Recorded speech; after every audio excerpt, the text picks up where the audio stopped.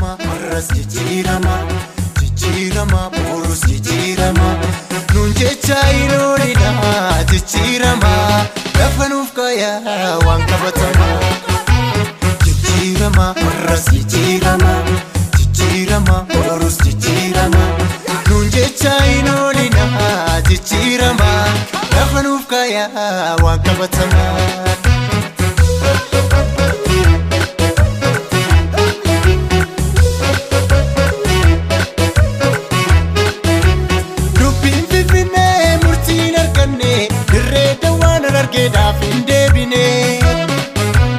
Osoo beektanii maaf akka jallistu qabeenya Oromoodha maaf orma saamsistu sangaa dhalchisuun raadama seensitu gochaaf jechi keessa yoo booliin gitu sangaa dhalchisuun raadama seensitu gochaaf jechi keessa martuu shira qaba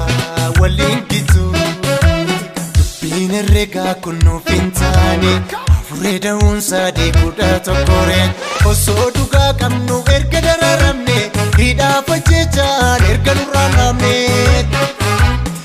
jijjiiramtuuf obsine malee ida'amuu miti kun idaadha malee dubbiin herreegaa kun nuuf hin taane dursa mana keessaa ida'amname qeerroo fi qarree mootii jijjiirama.